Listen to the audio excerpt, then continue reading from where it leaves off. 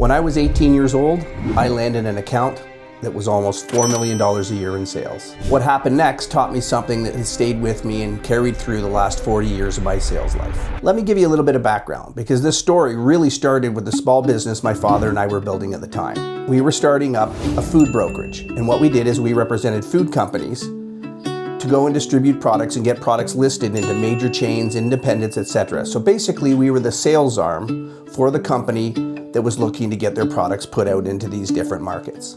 One of the companies that we represented was a juice company, and they had everything from orange juice to apple juice to fruit punches, etc. What they didn't have is a sales team, and that's where my father and I came into play. One of the major things that we ran into was that the retailers asked for listing allowances. And these companies didn't necessarily have the money to be able to provide the listing allowances to get their products on the shelf. So what could we do? We were up against the top performers in that category. At 18 years old, I didn't have a lot of experience to rely upon, and I didn't have any magical script to go out and magically get this business to help support getting our products listed at major chains. But what I did have was I had the ability to be able to get in my car and go out and contact all the independents that were a part of that major chain's business. The major chain had its corporate stores, and all of those corporate stores, their product was handled through their distribution center through products that were listed through the head office, and yes, did pay those listing allowances.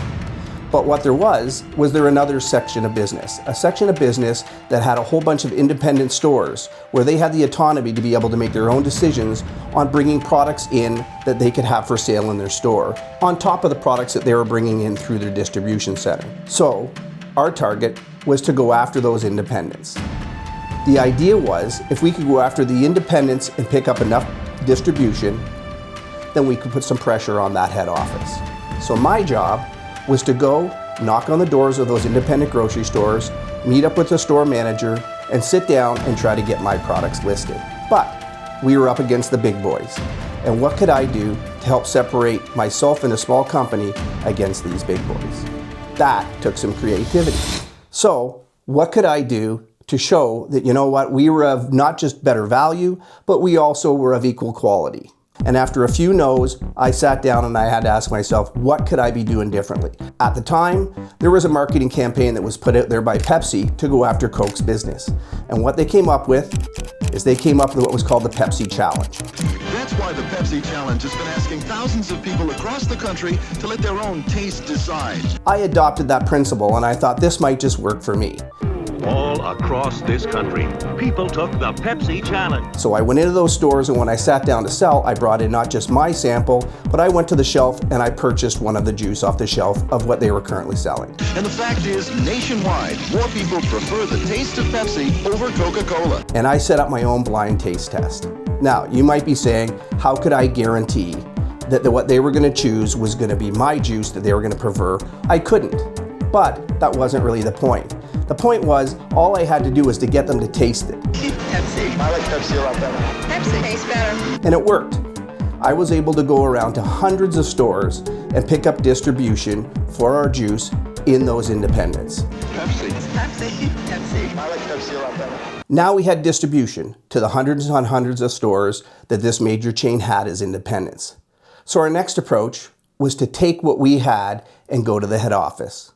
Go to the head office and explain to them that we were currently doing X amount of business with their independents that they were not getting a piece of. When we were able to package that and show them the value to them, not only in the fact that there was existing sales that they were going to get and be able to put that into their profit center, but also because there was a proof of performance, meant that there was an advantage to them to having it on the shelf. Ultimately, they saw the benefit and they waived that listing allowance, which obviously helped the company that we were representing and helped us be able to get our products into that major chain and their DC. When it was all said and done, we had our juice listed in a major chain.